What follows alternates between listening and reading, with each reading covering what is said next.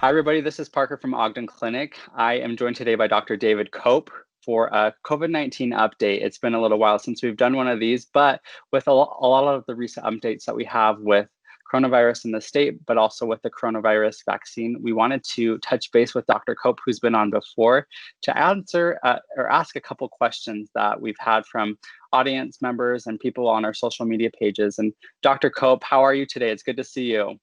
Thank you. It's good to see you. I'm doing well, thanks. Perfect. And for those people that are just tuning in, can you give us a little bit of your background and let us know where you're tuning in from today, Dr. Cope? Well, I'm a family medicine physician in Bountiful, Utah, and I'm here in my clinic, and I've been practicing for 30 years, family medicine. I developed an interest in vaccines many years ago and did a vaccine science fellowship and did some work on the pertussis working group with the CDC, but it's become a pet project. Perfect. Well, thanks for jumping into that a little bit. And we're super happy again to have you on. So, Dr. Cope, we wanted to just jump right into these questions. We have a few that we wanted to ask today. And I think some of them will address some of the common concerns that people do have with the coronavirus vaccine. We are really excited that, there's been some headway with that in the state of Utah. But recently, with that has come a lot of doubt and questions. And one of those is that the vaccine was created really quickly, especially compared to other vaccines. And some people might think of that and consider it unsafe because of the speed at which it was, able to be made. Is this something that people should be concerned about? The bottom line is absolutely not, really should not be. It's truly exciting how this happened. And from the science point, there weren't any corners cut or shortcuts taken. It was really that Operation Warp Speed that we hear about was to facilitate all the background, all the supportive, administrative, and logistical things to make it happen and to cut through a lot of the red tape. And a lot of it was the financing to make sure it got paid for. And so all the protocols, 30,000 people in the Pfizer study and the 35,000 people in the Moderna study and the 70,000 people in Johnson Johnson, that's similar, very similar, if not bigger numbers than we usually get in vaccine studies. So there really isn't a question about the science behind it. It's been very encouraging. Good. Well, I think, it is encouraging to hear that and to hear that, we actually, it's nice to think about it also just in the fact that we live in a time and an age where, we have advancements in technology and advanced forms of communication to be able to, hopefully get those answers faster. And it's just, in my eyes, a big step that we've taken in a really positive direction. So if you don't mind me asking, do you have any idea of what the process of creating a vaccine and getting it approved looks like, the procedure side of things? Well, as you can imagine, it's very complex, very complex. There's a lot of steps from the time that they start to develop it. And that's one of the exciting things about this, the messenger RNA vaccine that was developed when they first got the genetic code from China in January. They sat around the table and said, okay, what are we going to do to get a vaccine as quick as we can that's most effective, that's most safe? And so it was very deliberate thinking process to talk about the mRNA vaccine. And from that point, the government stepped in and said, we need to get this fast. What can we do to support it? And a lot of it was the finances because the private companies weren't able to take the financial risk for it. So with that financial support from the government, they started the process of setting up protocols and then setting up trials. There's a phase 1, 2, and 3 trials where that's first the theoretical part of it when they think through, okay, what needs to be, how does this messenger RNA need to be modified so it codes the right spike protein when it's introduced, and what do we do to make sure it's not too reactogenic? And so they think through that science part of it, and then they start the trials in mice, and they start the trials in the petri dish, and then they apply them to people, and obviously that just takes a while. Yeah, definitely. And I think I don't think it should go unrecognized that even though it's been, something that's been super fast in its development. It still has taken time and has gone through the proper protocol to get here, correct? Right. And I think, yeah, so I think, we've been hearing about for months, the different phases that each company's vaccine has gone through. And, the idea that, those are going through, tests and trials and subjects and, looking at that now, and we're in a point where we can safely say it's good and able to use. I think that's pretty remarkable. Okay, so another question that I wanted to ask is one that I actually saw within some questions that were on the CDC's website about if there's been a coronavirus that's been developed before, and if there's anything, if that relates to how we know the coronavirus that we'll be working with, if it works similarly. Do you have any background on that? Well, yeah, there's a lot of vaccines that have been developed that haven't been released because there's just such a limited market for it. So one of the downsides with private enterprise is that they have to have some foundation to get their return on investment. And so when they're making something, they have to have enough people to give it to justify the expense in going about it. But the mRNA vaccines themselves have been around, at least in theory and in practice, for 30 years, since the early 1990s. And they've developed other coronavirus. So the sort of two different things. mRNA is the big change here with the two new vaccines.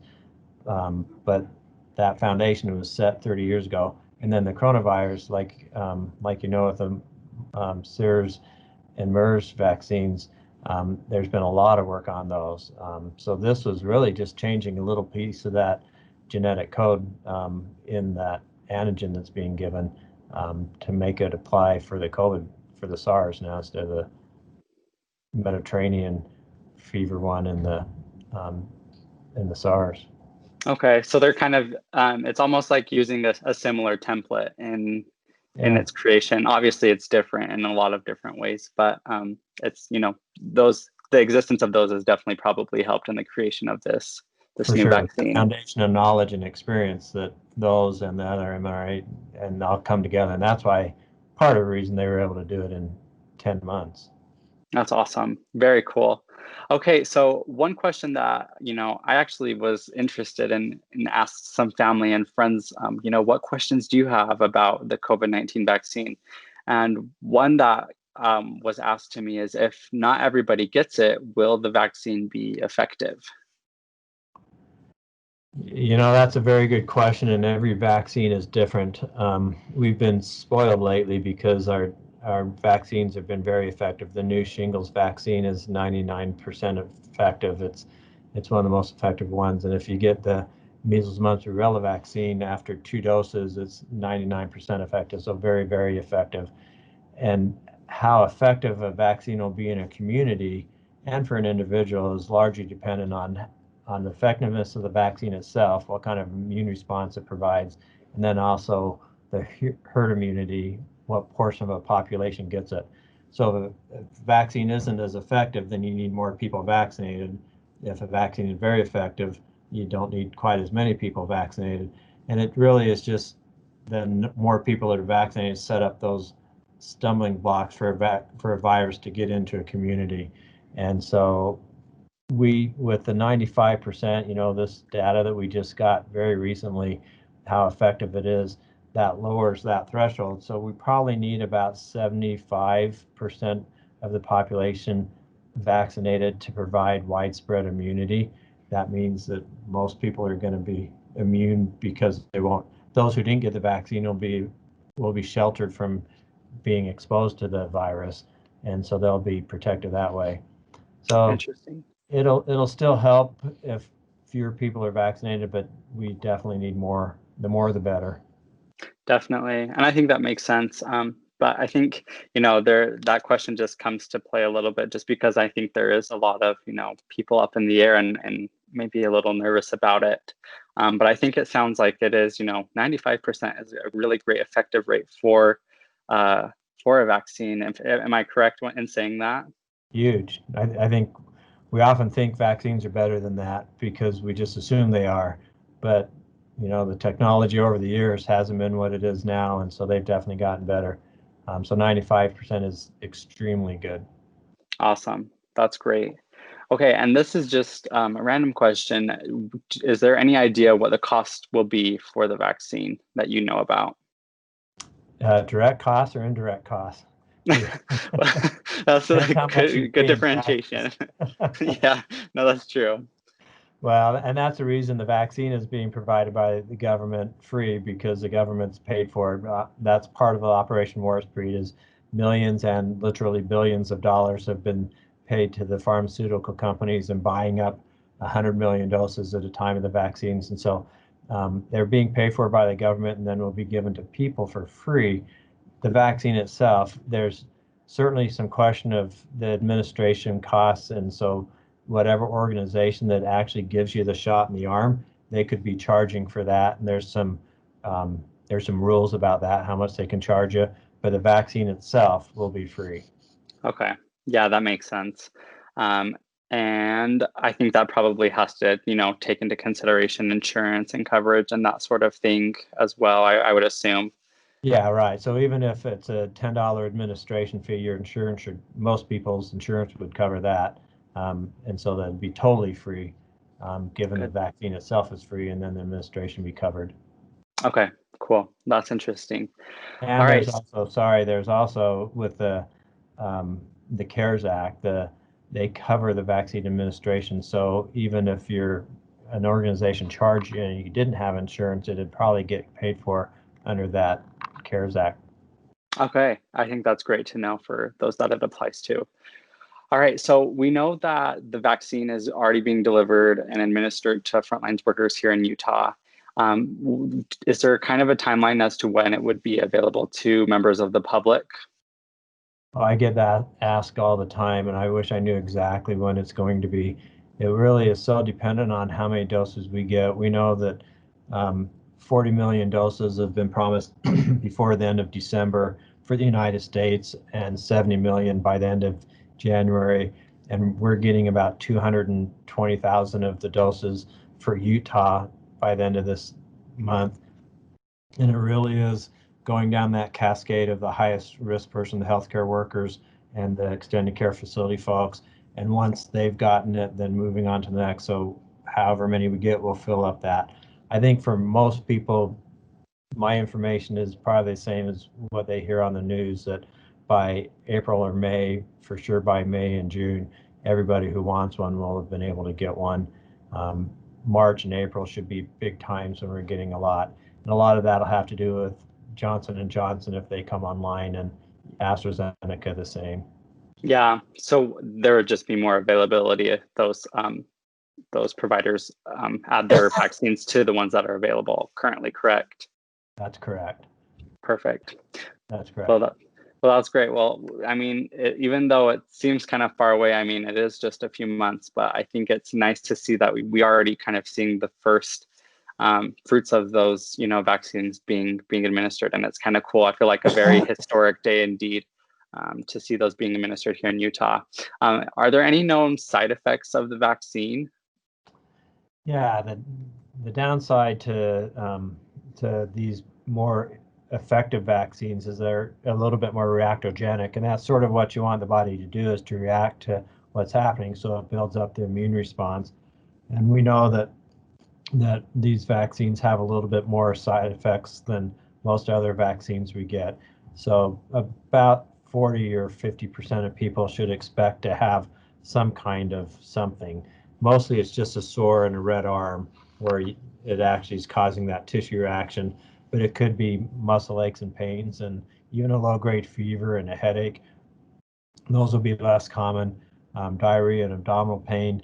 The studies have shown those incidences are just a little bit higher than placebo, because it's always fascinating to me that in the studies where those people that got the placebo still had side effects, and sometimes significantly, like 14% had diarrhea.